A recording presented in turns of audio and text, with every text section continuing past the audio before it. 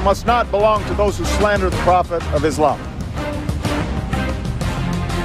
The President of the United States went to the United Nations and said that the future, if he's got anything to do with it, will not belong to those who slander a particular religion.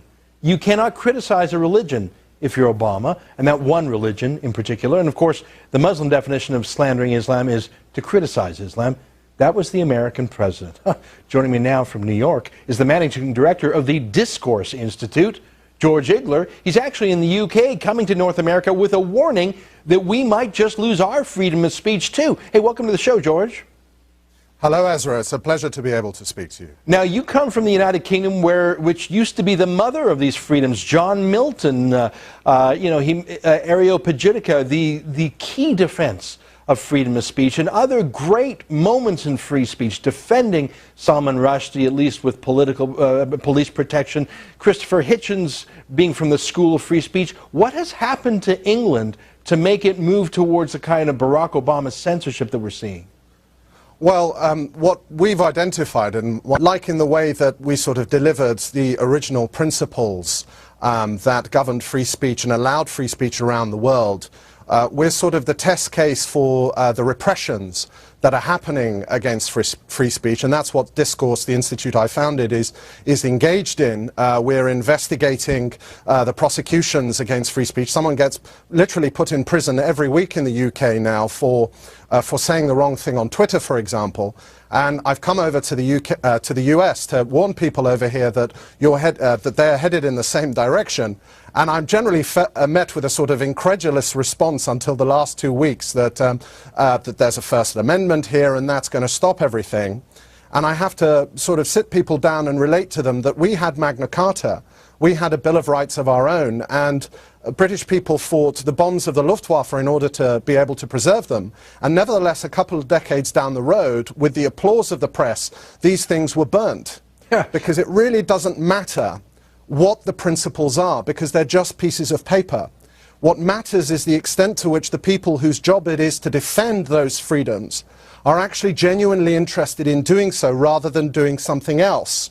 And I think a lot of people's eyes have been opened by the Benghazi incident, that the defender of the free world with a First Amendment issue was faced with his embassy being invaded, the guards killed, the ambassador sodomized and murdered, and the place torched to the ground, and his response was to apologize. Yeah.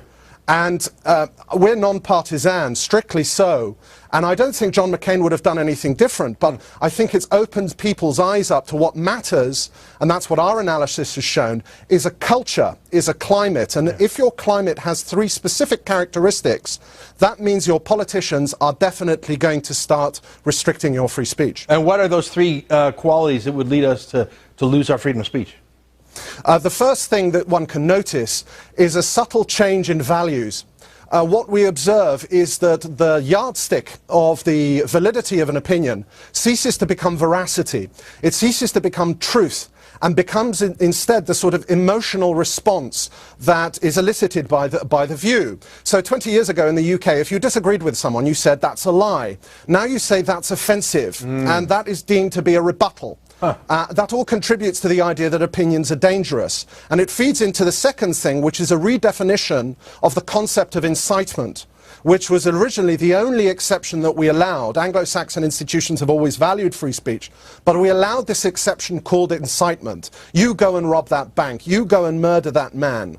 But we've changed judicially, legislatively, the definition of incitement to hatred, to incitement to religious hatred, to incitement to racial hatred. Yeah. And you can see this once again with the torching of the embassies. You and I both know, everyone in the human race knows, that if someone burns down the embassy, the only person responsible is the person who holds the match. Or possibly the cleric who says, go and burn down that embassy.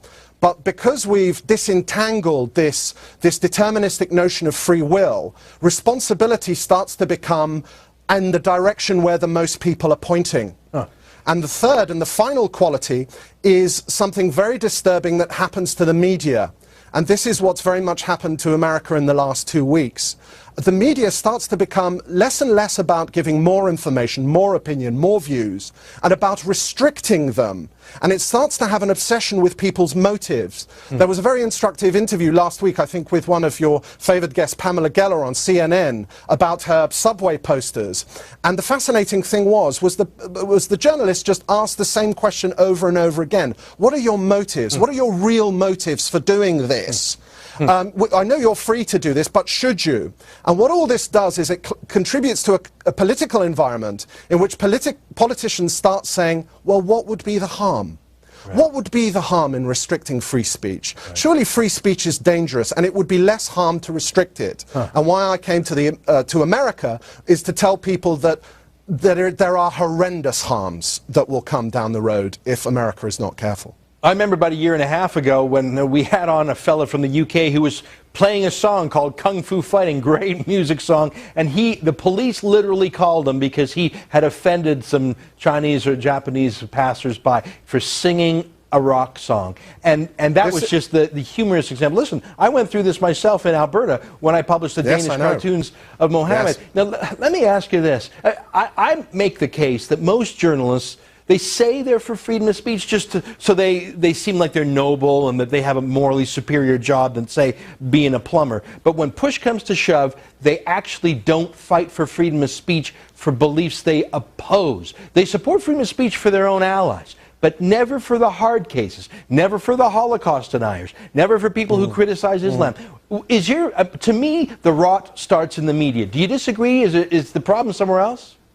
No, I do agree with you, but I think that the media are just an apex of a trend in opinion.